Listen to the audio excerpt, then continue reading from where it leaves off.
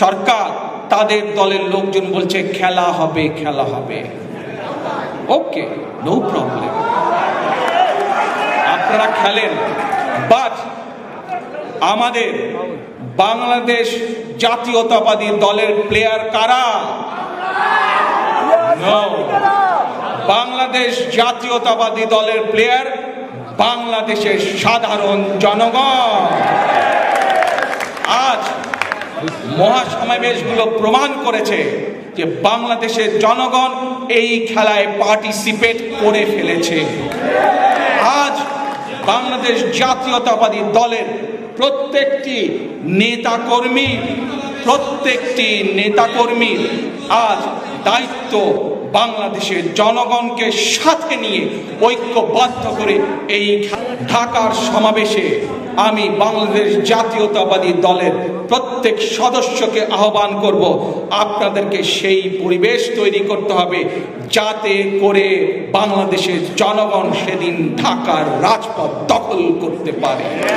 প্রিয় ভাই বোনেরা, ষড়যন্ত্রকারীরা হচ্ছে বাংলাদেশের বিপক্ষ শক্তি। আপনাদেরকে মনে রাখতে হবে, সমাবেশ করা মানেই কিন্তু আমাদের লক্ষ্য এখনো হাসিল হয়নি, অ্যাচিভ হয়নি। আমাদের আরো বহু দূর যেতে হবে, আরো বহু ষড়যন্ত্র হবে, বহু বিভ্রান্তি হবে। আপনাদেরকে এর জন্য প্রস্তুত থাকতে হবে বাংলাদেশের জনগণকে নিয়ে। আগামী দিনে যদি নিরপেক্ষ নির্বাচন চান, বাক স্বাধীনতা ফিরে পেতে চান, ভোটের অধিকার ফিরে পেতে চান, তাহলে আর কোনো পথ নেই। একটাই পথ, ফয়সালার একটাই পথ, নিরপেক্ষ ভোটের অধিকার আদায়ের ফয়সালার পথ একটাই। আজ জাতীয় বিপ্লব এবং সংহতি দিবসে আমাদের সেই শপথ নিতে হবে, বাংলাদেশের মানুষের ফয়সালা করতে হলে বাংলাদেশের ফয়সালা করতে হবে।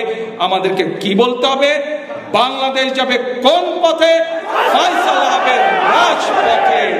প্রিয় ভাই বোনেরা, খালেদা জিয়া আমার মা, আমি তার সন্তান। আজ শেখ হাসিনা যেই কথা বলেছে খালেদা জিয়াকে জেলে পাঠাবে, আজ আপনাদের সামনে এবং সোশ্যাল মিডিয়ার মাধ্যমে যারা সংযুক্ত আছেন প্রতিটি মানুষের কাছে আমি শুধু একটি কথা বলবো, শেখ হাসিনার এই জবাব আমি দেব না। শেখ হাসিনার এই জবাব আমি বিশ্বাস করি দেশনেত্রী খালেদা জিয়া হচ্ছেন গণতন্ত্রের নেত্রী, বাংলাদেশের সাধারণ মানুষের নেত্রী। কাজেই হাসিনার এই কথার জবাব বাংলাদেশের মানুষ তাকে আমি দেব না, এই জবাব আমি দেব না। খালেদা জিয়া মানুষের নেত্রী, মানুষ এই জবাব দেবে।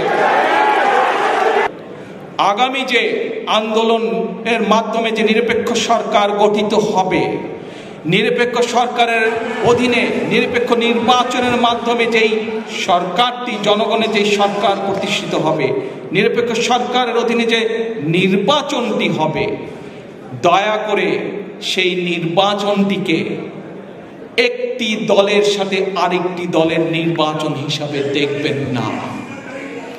দয়া করে এই নির্বাচনটিকে এক দলের বদলে আরেক দলের ক্ষমতায় যাওয়াকে দয়া করে দেখবেন না। এই নির্বাচনটি হবে সেই মানুষগুলোর পক্ষের নির্বাচন যারা মানুষের নিরপেক্ষ স্বাধীন ভোটের অধিকারে বিশ্বাস করে।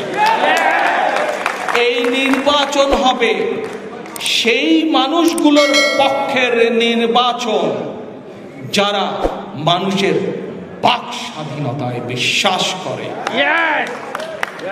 এই নির্বাচন হবে সেই মানুষগুলোর নির্বাচন যারা মানুষের স্বাধীনতায় বিশ্বাস করে।